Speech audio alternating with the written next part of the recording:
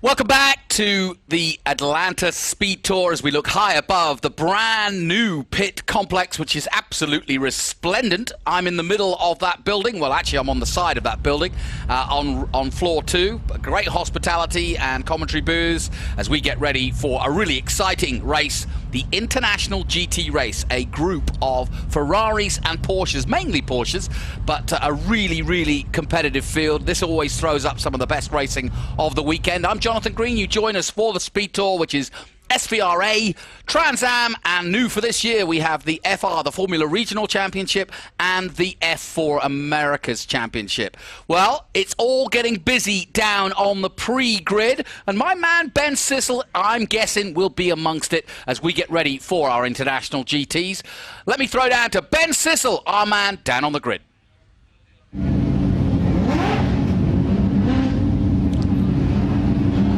Ladies and gentlemen, so excited as we see our pole sitter, Andy Pilgrim, pull off the grid with International GT at the Atlanta Speed Tour. We have a record number of cars here this weekend with 41. We've never had 41 cars in an International GT race. As they roll out, we see Tom Pank coming out right here. David Tuati and Tony will move up a little bit, get out of their way. We have Mission Foods owner Juan Gonzalez out here. It is going to be a lot of fun. If you know anything about International GT, you know that this is one of the best race series in the country. Now we're going to roll out this side as Danny Lowry comes out. The grid is a little bit confusing, Tony, because we've got so many cars. So they're coming out here and look at these beautiful GT3 Cup cars. Unbelievable stuff. Robert Weisen coming through right here. Yeah, that's going to be a good shot.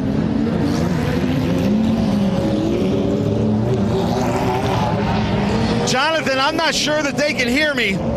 So if you don't mind, I'm going to give the commentating back to you, and we're going to get some great shots here at the grid. No problem, Ben. We can hear you loud and clear. Great shots. Thank you to Tony Garcia, our man on the ground, and thank you to Ben Sissel. He'll be back up here in the booth in a moment. But as he said, a massive field led by Andy Pilgrim, who is in a rare, I say rare because most of them are Porsche GT3 Cup cars, but he is in a Ferrari 458 Challenge car, and he is the fastest man out there with a 124.633. So he's going to be hounded by a bunch of Stuttgart-based Porsches, or made at least. But it's Germany versus Italy in our international GT race. And like I said, with such a massive field and with this circuit being so challenging to overtake on in the best of times, it's going to be a really interesting race, this. Now, there's that green and blue car you see sort of parked up there. I hope he's not parked up because he's got problems, but we'll soon find out as we look high above from the drone, looking down at turn 7. And this is, you can actually see now just how long the run is from 7 all the way through 8, which is really just a kink, and 9, same thing, and then into 10, which is the major overtaking place here at Road Atlanta.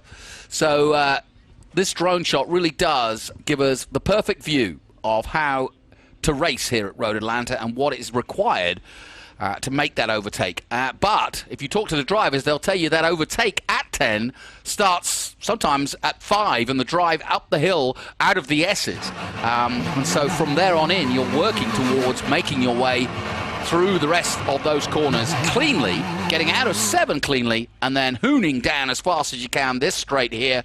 What a wonderful sight that is to see this many cars on the track waiting to go. And Ben mentioned Andy Pilgrim there. Well, Andy Pilgrim, just one of several drivers involved in this. We're also looking at Mark Sandridge, who's in the white, black and red 4-litre GT3. Ben just filing back in after doing a splendid job, as he always does. Shannon Herford, also involved in this. Corey Friedman, Reg Williams, and we'll get to... They're all, by the way, in Porsche GT3s.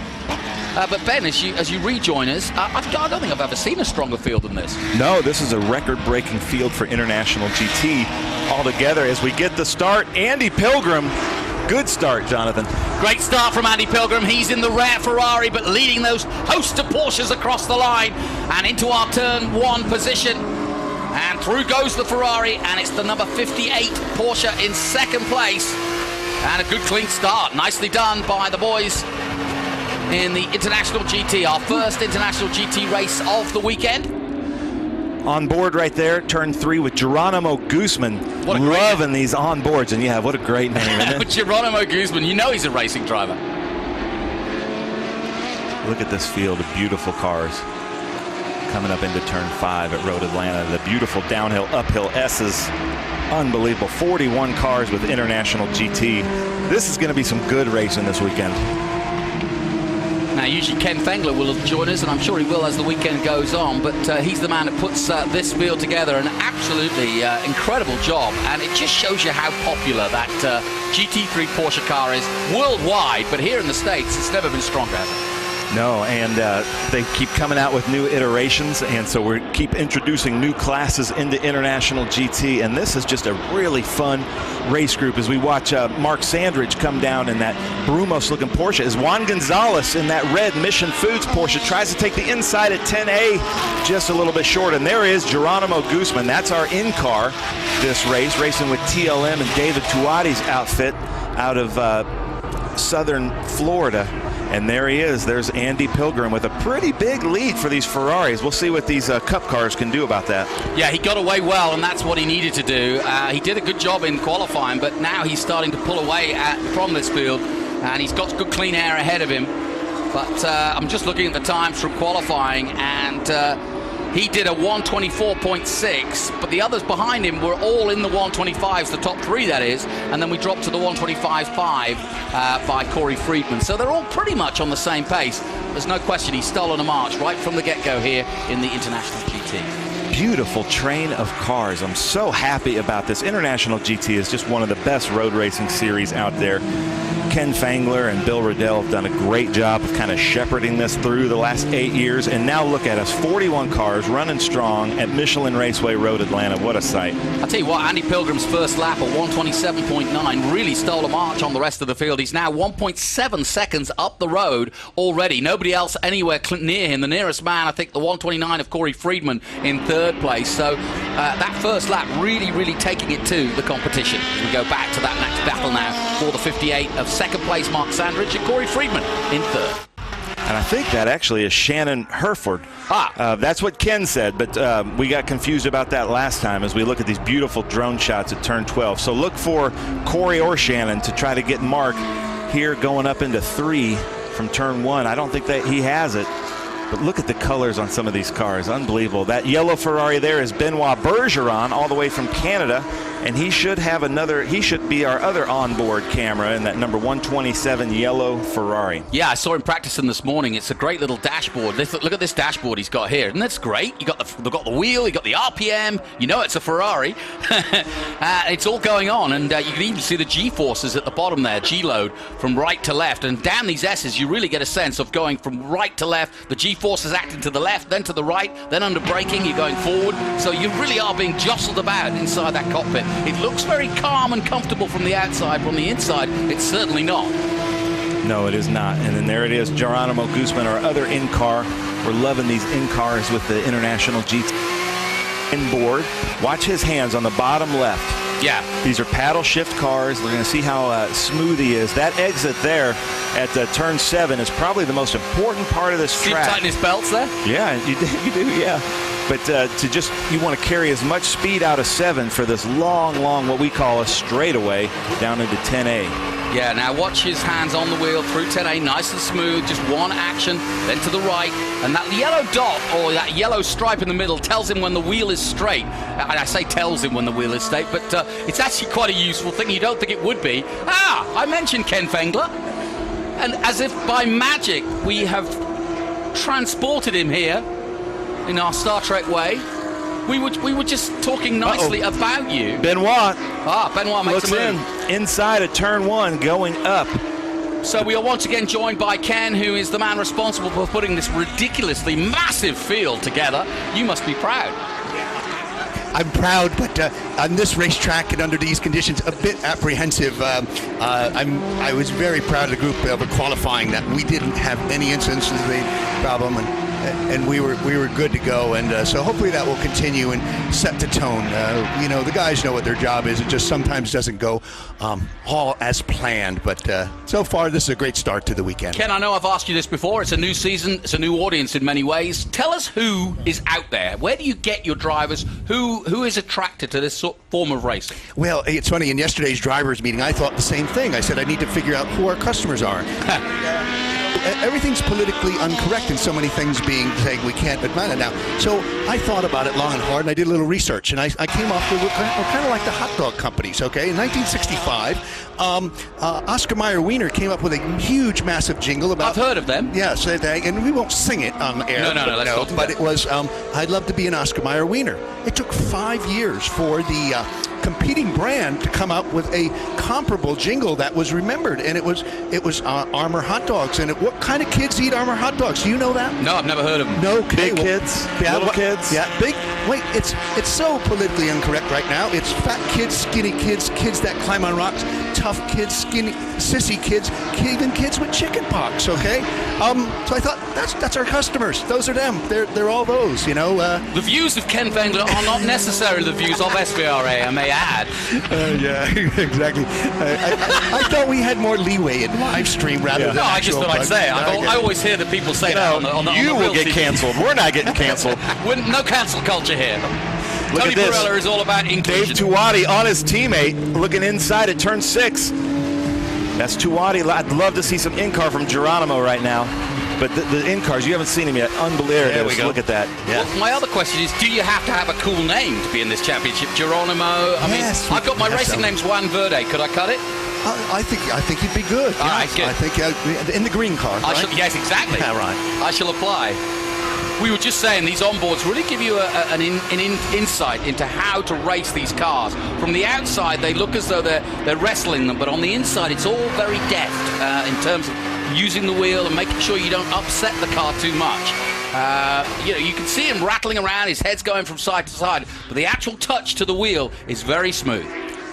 Technology is unbelievable what we're seeing here. We're so happy to have this live stream telecast on two races this weekend as we've ramped up with the in-car, and it's probably one of the greatest promotion things we've had for International GT. Social media being the first one. Overall, the series has grown due to social media. People see what we do and what we're about, and now this, they can watch at home, they can watch on their phone, they can watch on their boat, anywhere they want, and and not only once but repetitively. So we're really excited about it. Where are you racing this year? We are, looks like a 10-race season. Last year we were cut down to 6, but from here we had Sebring and obviously here at Road Atlanta. But we will go to Road America and Lime Rock in May. We'll go to Mid-Ohio the end of June. Ooh, look at this. And then we head to Watkins Glen and VIR in September.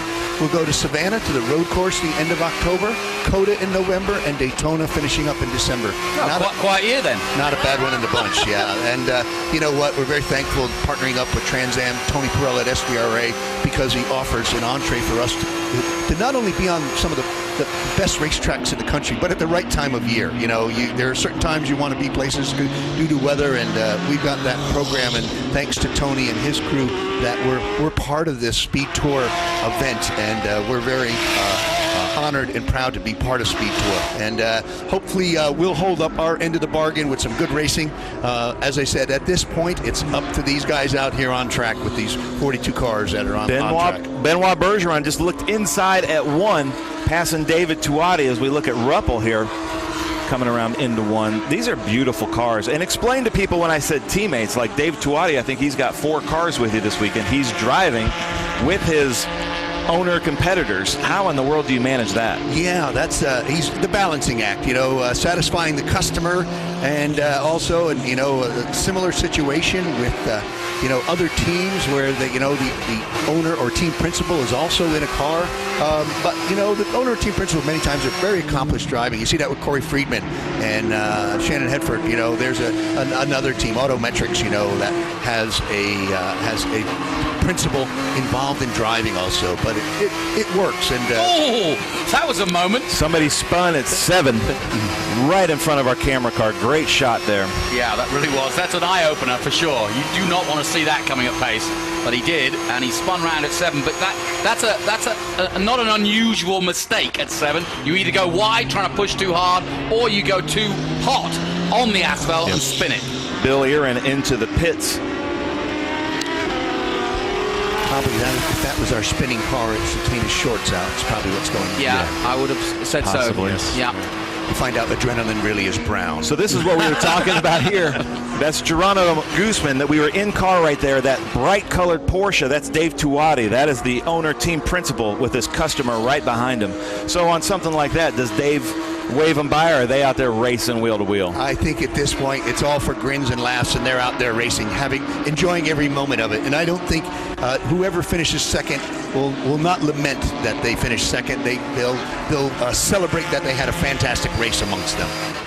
Ken, obviously, anybody tuning in now would probably look as though it was a Porsche Carrera Cup race, or at least a Porsche Fest. Right. Why just Ferraris and Porsche? Is there any other cars that qualify that you'd like to see come? Yeah, and we've had those. In past races we've been together. We've had McLaren, we've had a number of Mercedes and so forth, and we're open to those brands. Lamborghini. Yep. We're open to those brands, and but the critical mass is always still with Porsche. Even obviously between the Ferrari thing, so you're always going to see more of them on the racetrack. But we certainly are open to other brands, and again, the cars fit very well on the racetrack. I think the big thing is that the driver temperament is the right attitude, and from there the cars take care of themselves. White flag waves, and this has been a walk in the park for Andy Pilgrim. He's making Pilgrim's progress, you could say, at 7.3 seconds. Corey Friedman in second place, Mark Standridge in third. Surprised to you or not, Andy Pilgrim doing what he's doing? Well, no, not totally, but you say a walk in the park, but Andy's easy for me to say. It is, yes. From up here in the booth, it looks just marvelous. But no, and Andy's a great competitor, and the team that comes here and the ownership. And I just talked to them, and they said, well, we'll probably do about 5 races this year, which will be fantastic. And Andy's not only a great driver, but a great gentleman.